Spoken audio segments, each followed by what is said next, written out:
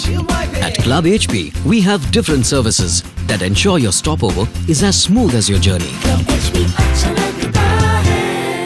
Hello and नमस्कार।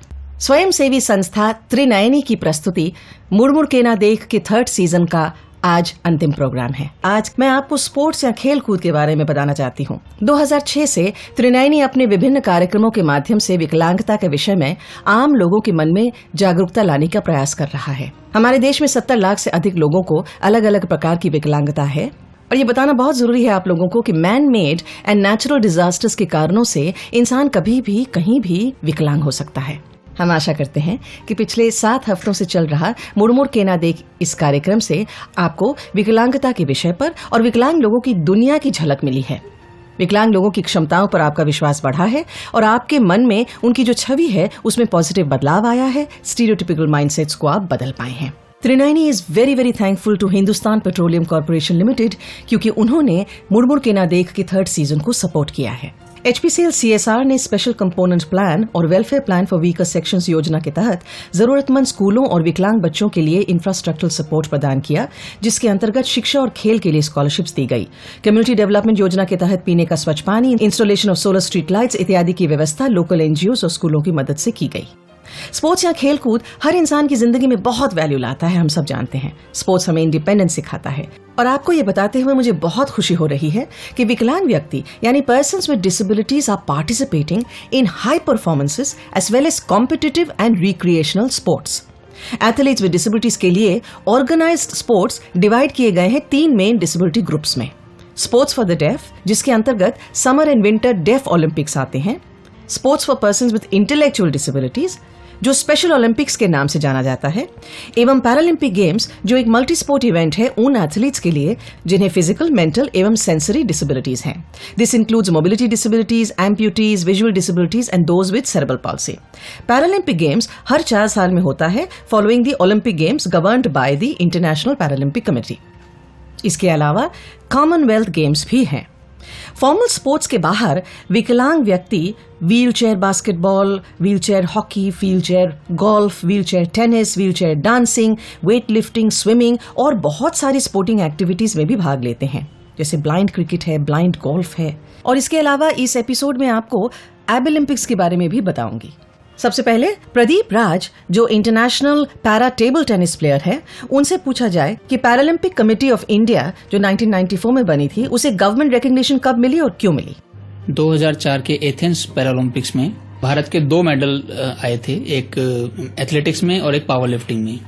तो उसके बाद ही खेल मंत्रालय ने देखते हुए कि पैरालंपिक्स में भी भारत में काफी प्रतिभा है, खेल मंत्री श्री सुनील दत्त जी ने हमारे पैरालंपिक स्पोर्ट्स को रिकग्नाइजेशन दिया। तो प्रदीप, पैरालंपिक्स स्पोर्ट्स में कौन कौन से खेल कूद आते हैं? अगर मैं खेलों की बात करूं तो जितने भी खेल ओलंपिक में खेले जाते हैं वो सभी खेल पैरालंपिक्स में खेले जाते हैं। कुछ खेलों को छोड़कर जैसे बॉक्सिंग एटसेट्रा, इस तरह के खेलों को खेलना थोड़ा मुश्किल होता है हमारे लिए। तो हमारे देश में जो पैरालंपिक्स गेम्स हैं, ज्यादातर कौन सी विकलांगता is more represented? Paralympic sports में जो शारीरिक रूप से विकलांगताएं हैं वो सभी सम्मिलित हैं। उनके साथ जो नेत्रहीन खिलाड़ी हैं वो भी इसी के अंदर आते हैं। पैरालंपिक स्पोर्ट्स पर्सन्स के लिए ट्रेनिंग की क्या व्यवस्था है? इस मामले में हम काफी पीछे हैं अगर देखा जाए दूसरे देशों से। हमारे यहाँ सुविधाएं बहुत कम हैं। सबसे बड़ा एग्जांपल होता है एक्सेसिबिलिटी, क्योंकि हम बिना एक्सेस के कहीं भी नहीं जा सकते। अगर स्टेडियम एक्सेसिबल नहीं है, ग्राउंड एक्सेसिबल नहीं है, टॉयलेट एक्सेसिबल नहीं है तो हम नहीं कर सकते। अभी हाल ही में मेरी इसके रिगार्डिंग एक हेयरिंग हुई है हमारे डिसेबिलिटी कोर्ट में। उसमें स्पोर्ट्स मिनिस्ट्री को और स्पोर्ट्स अथॉरिटी ऑफ इंडिया को सख्त निर्देश दिए हैं हमारे कमिश्नर ने कि जितने भी साई सेंटर्स हैं और स्टेडियम्स हैं जो भारत सरकार के या खेल मंत्रालय के अंदर में आते हैं वो सभी जल्द से जल्द 3 महीने के अंदर एक्सेस किए जाएं, जिससे ज्यादा से ज्यादा खिलाड़ी इसका फायदा उठा सकें। स्पोर्ट्स हमारा राइट है, हम इसे खेलेंगे। जिस तरह से जो एबल्ड खिलाड़ी हैं उनको सुविधाएं प्राप्त होती हैं, उसी तरह से जो डिसेबल्ड स्पोर्ट्स पर्सन हैं उनको भी सभी सुविधाएं प्राप्त हों, जैसे रिवॉर्ड्स हो गए और इनाम हो गए, वो सब बिना डिस्क्रिमिनेशन के मिलना चाहिए। Pradeep, why don't you mention names of Paralympic sports person from India who have made our country proud? 2010 के कॉमनवेल्थ गेम्स में हमारे देश का प्रशांत कर्माकर जो खिलाड़ी हैं उनका एक मेडल आया स्विमिंग में, और एशियन गेम्स में हमारे 10 मेडल आए। लंदन और पैरालंपिक्स की तो HN ग्रीशा ने हमारे देश के लिए सिल्वर मेडल प्राप्त किया। एथलेटिक्स में इसे हाई जंप में 2004 के पैरालंपिक्स की बात करें तो देवेंद्र झांझड़िया ने गोल्ड मेडल देश को दिलाया और राजेंद्र सिंह रहेलू जो पावर लिफ्टर हैं देश के, उन्होंने ब्रॉन्ज मेडल दिलाया।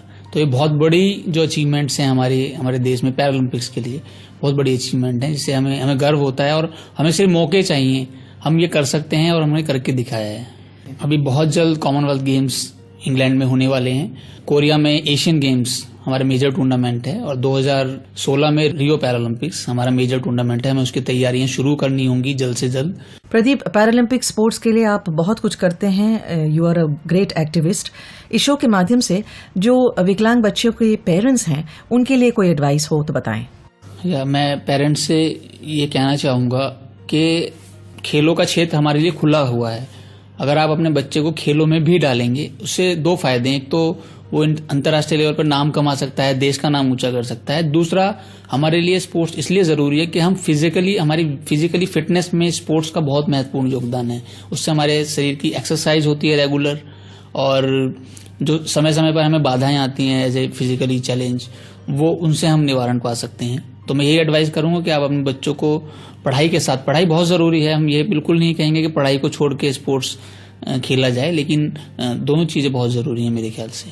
Thank you so much Pradeep. कार्यक्रम मुड़ मुड़ के ना देख चल रहा है, बातचीत हो रही है डिसेबिलिटी इन स्पोर्ट्स के बारे में।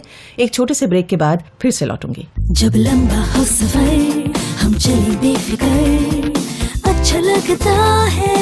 Quick time fuel filling, perfect e-billing, free air filling, या windshield wiping. अच्छा लगता है। Cold coffee, wow! Mummy, toilet right now! At Club HP, we have different services that ensure your stopover is as smooth as your journey. Club HP अच्छा लगता है। Welcome back after the break. मैं हूं रीतिका साहानी। आप स्वयं सेवी संस्था त्रिनयनी की प्रस्तुति कार्यक्रम मुड़ मुड़ के ना देख सुन रहे हैं। अब बात करेंगे एबिलिम्पिक्स की, और मुझे बहुत खुशी होती है आपको बताते हुए कि आपको एबिलिम्पिक्स के बारे में बताएंगी डॉक्टर उमा तुली, जो फाउंडर एंड मैनेजिंग सेक्रेटरी हैं अमर ज्योति चैरिटेबल ट्रस्ट की, जो दिल्ली में स्थित है। एक रिहैबिलिटेशन प्रोफेशनल है, स्पोर्ट्स वुमन है, एजुकेशनिस्ट है, सोशल वर्कर है और खुद इंटरनेशनल एबिलिम्पिक्स फेडरेशन की एग्जीक्यूटिव मेंबर हैं। नॉर्मली जब लोग एबिलिम्पिक्स वर्ड सुनते हैं तो वो सोचते हैं पैरालंपिक्स या ओलंपिक्स जैसे खेल कूद से एसोसिएटेड चीज होगी, पर एबिलिम्पिक्स स्पोर्ट्स से जुड़ा नहीं है।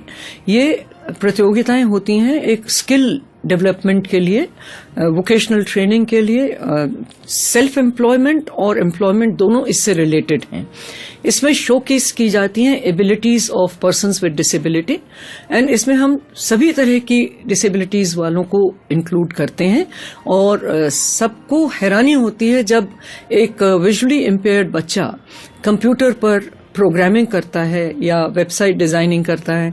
इसी तरह से फोटोग्राफी करते हैं लोग व्हील चेयर पर, या ब्लॉक प्रिंटिंग करते देखते हैं उन लोगों को जो पैर से करते हैं, या जिनके हाथ और पैर दोनों नहीं है सही, वो मुंह में ब्रश लगाकर पेंटिंग करते हैं।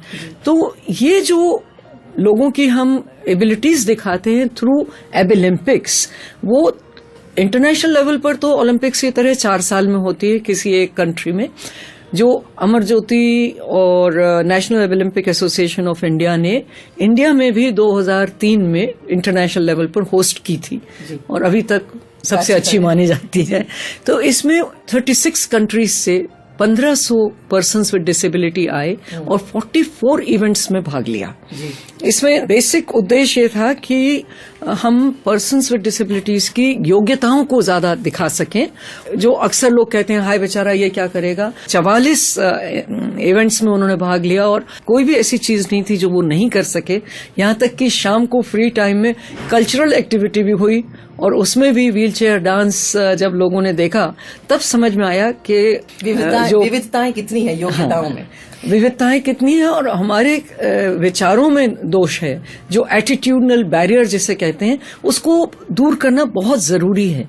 तो शोकेसिंग एबिलिटीज एबिलिम्पिक्स के द्वारा फायदा कर रहा है, जिससे कि लोगों को अब समझ में आ रहा है कि हर क्षेत्र में जो व्यक्ति किसी न किसी रूप में विकलांग है वो बहुत सारे रूप में औरों से बेहतर है। तो क्या ये अब एक एनुअल इवेंट बन गया है? एनुअल इवेंट तो है ही, लेकिन एनुअल इवेंट होता है डिस्ट्रिक्ट, स्टेट और नेशनल लेवल पर, लेकिन इंटरनेशनल इवेंट 4 साल में किसी एक कंट्री में होता। इन रीजनल, नेशनल और इंटरनेशनल ओलंपिक्स के अलावा एक हमारा उद्देश्य और है कि स्किल डेवलपमेंट एक्सरसाइज चलती रहनी चाहिए डिफरेंट सेंटर्स पर, जिससे कि रेगुलर ट्रेनिंग से एक किस्म का लोगों में आत्मविश्वास बढ़ता रहे।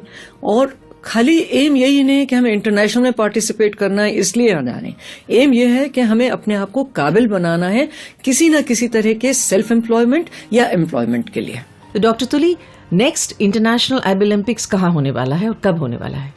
2015 में मकाओ में होने की बात चल रही है जी। Doctor Tuli, I am very happy to tell you कि मुड़ मुड़ के ना देख ये कार्यक्रम नॉन डिसेबल लोगों के साथ साथ बहुत सारे डिसेबल लोग भी सुनते हैं, तो उन्हें बताइए कि अगर वो ओलंपिक्स में भाग लेना चाहते हैं तो कैसे ले सकते हैं?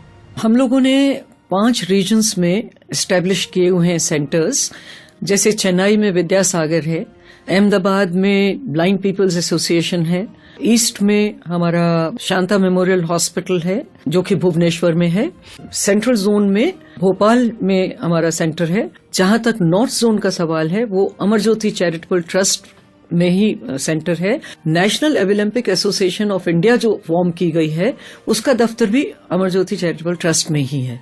तो किसी भी सेंटर पर चिट्ठियां भेजी जा सकती हैं, और अगर डायरेक्टली कोई national Olympic association of India को कांटेक्ट करना चाहे तो हमारी वेबसाइट देखकर कांटेक्ट कर सकता है। Thank you so much doctor तुली। अब स्पेशल ओलंपिक्स के बारे में सुनिए सैयद अली काजिम से, जो स्पेशल ओलंपिक्स भारत दिल्ली में स्थित संस्था के नेशनल डायरेक्टर हैं। Special Bharat special Olympics international से एफिलेटेड है, वो हमारा पेरेंट बॉडी है। Special Olympic Bharat programme intellectually disabled बच्चों के लिए है। इन बच्चों को हम लोग इंटीरियर से, गांवों से जाके सेलेक्ट करते हैं, वहीं उनके ही स्कूल्स में या प्लेग्राउंड्स में उनको ट्रेनिंग देते हैं, और ये ट्रेनिंग का programme sports authority of India support करता है। तो इस तरह से फिर हम जब बच्चों को रूरल एरिया से ट्रेन करके डिस्ट्रिक्ट गेम्स, स्टेट गेम्स खिलाते हैं, उनको नेशनल गेम्स में पार्टिसिपेट कराते हैं, और उसमें जो भी अच्छा परफॉर्म करता है, वी थिंक सारे गोल्ड मेडलिस्ट को या अच्छे परफॉर्मर्स को हम इंटरनेशनल वर्ल्ड गेम्स में ले जाते हैं, जो कि हर 4 साल में वर्ल्ड समर गेम्स के नाम से या वर्ल्ड विंटर गेम्स के नाम से ये गेम्स इंटरनेशनली होते हैं। स्पेशल ओलंपिक्स में हमारे पास 24 गेम्स हैं, ऑल ओलंपिक गेम्स जो ओलंपिक्स में खेले जाते हैं। एक बार फिर आपको बता दूं कि special Olympics is specially for children and adults with intellectual disabilities. तो मिस्टर काजिम, स्पेशल ओलंपिक साल में एक बार होता है और एक ही जगह होता है? नहीं, हम लोग डिफरेंट जगहों में कराते हैं। अभी मार्च में हमने दिल्ली में कराया था, इससे पहले अलवर में हुआ था, उससे पहले भोपाल में हुआ था। तो हर साल डिफरेंट वेन्यू हमारा होता है। नेशनली कैसे ऑपरेट करते हैं?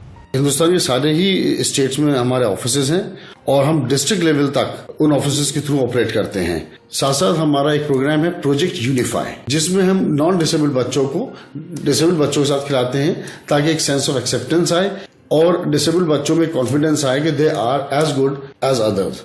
Thank you mister Kazim. आज के प्रोग्राम की शुरुआत में ही मैंने आपको बताया था कि त्रिनयनी की प्रस्तुति मुड़ मुड़ के ना देख के 3rd सीजन का आज लास्ट एपिसोड है। इन 8 हफ्तों में हमने कोशिश की है कि विकलांगता के क्षेत्र से जुड़े एक्सपर्ट्स, एक्टिविस्ट एवं डिग्निटरी से आपकी मुलाकात करवाएं, उनके विचार, उनकी कहानियां आपको सुनाएं। हमने कई टॉपिक्स पर बात की है, inclusive education, gender and disability, assistive technology, accessibility, sports और right of persons with disabilities bill 2014 के बारे में भी चर्चा हुई है इस सीजन में। मैं हूँ रितिका साहनी, त्रिनयनी की फाउंडर ट्रस्टी हूँ, कई वर्षों से इस क्षेत्र में काम कर रही हूँ, और आपसे बस एक ही निवेदन करना चाहती हूँ कि जीवन के हर पहलू में विकलांग व्यक्तियों का समावेश होना बहुत जरूरी है।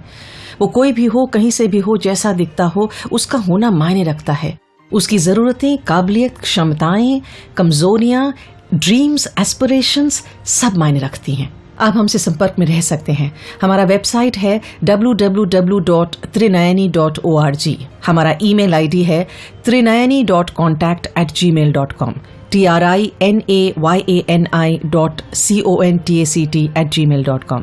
हमारा मोबाइल नंबर है 09769357390 09769357390। हमारा लैंडलाइन नंबर है 02228697390।